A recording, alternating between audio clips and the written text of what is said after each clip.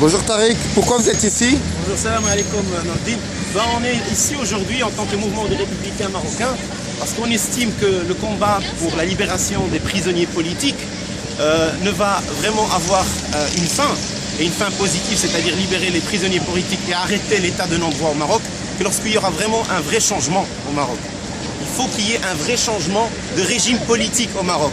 Tant que le régime politique au Maroc peut faire ce qu'il veut au niveau économique, au niveau politique, au niveau judiciaire, il n'y aura pas de changement. Nous connaissons votre combat, nous sommes solidaires avec la cause de Ali Arras et tous les autres détenus et prisonniers politiques au Maroc.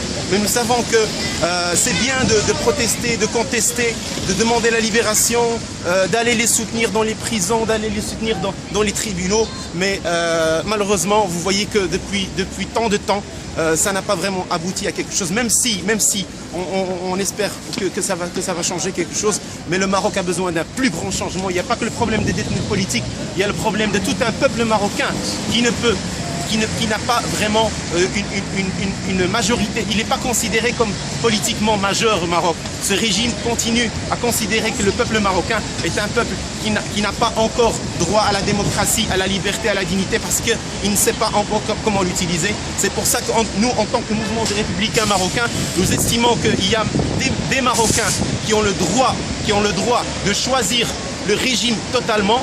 On ne veut plus rester dans ce cadre monarchique, d'une monarchie rétrograde, d'une monarchie du Moyen-Âge, une monarchie qui n'hésite pas à faire prosterner les Marocains comme du bétail. C'est pour ça que nous voulons une solution, et malheureusement la seule solution et la seule alternative qu'il y a, et on le voit depuis le 20 février 2011, c'est une république.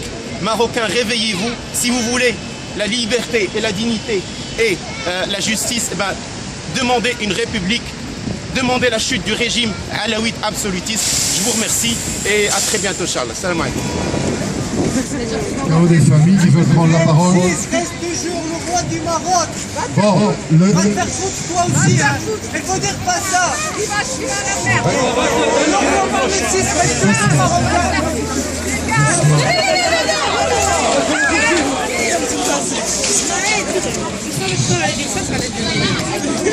La liberté d'expression.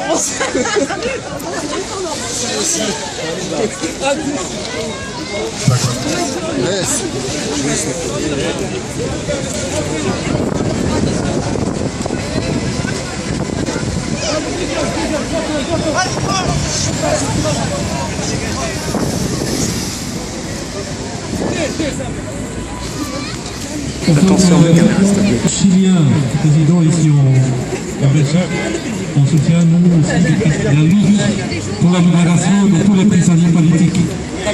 Au Chili aussi, on a des prisonniers politiques chiliens, comme aussi des Mapuches, des Indiens de l'Amérique du Sud. Tous celui qui s'oppose au système capitaliste, à l'œuvre de nos richesses, sera emprisonné. Bon, il faut que le pouvoir sache que nous, on sera là aussi pour prendre le relais, pour lutter pour leur libération. Et on continuera à se battre pour leur lutte. Leur lutte est notre lutte, comme celle du peuple du Maroc. Elle est aussi notre lutte. Hier, on a partagé avec des membres des mouvements sociaux marocains dans une conférence. Ils nous ont raconté la répression qu'ils vivent, mais aussi l'espoir qu'ils gardent. L'espoir qu'ils ont dans leur avenir. Eux, ils continuent à se battre. Eux, ils n'ont pas peur là-bas au Maroc. Nous, il faut qu'ici, à des milliers de kilomètres de distance, on perde ici, on se débarrasse de cette peur. Nos frères là-bas, ils se battent. Nos frères là-bas, ils organisent des manifestations chaque semaine contre le pouvoir marocain. Le pouvoir marocain, c'est lui qui condamne les pêcheurs artisanaux à la famine en donnant le champ territorial à l'Europe. Il faut continuer à se battre et soutenir toute lutte anticapitaliste contre ce pouvoir répressif qui s'impose au Maroc. On est contre la dictature, on est pour la libération de tous les prisonniers politiques dans le monde entier. Merci. S'appelait Yann ou Peter. ou Jean-Jacques, l'État belge directement l'aurait aidé. Jamais elle n'aurait permis à cette personne d'être extradée et d'être traitée de la sorte. Mais il s'appelle Ali Arras. Et comme vous le savez, les gens qui s'appellent Ali, Nordin, Mohamed, Fatima ne sont pas considérés comme des vrais Belges par notre gouvernement. On est toujours des Belges de seconde zone, de seconde catégorie. Hein? Et c'est pour ça que ça vous concerne, parce que ça peut vous arriver à vous tous, n'importe qui.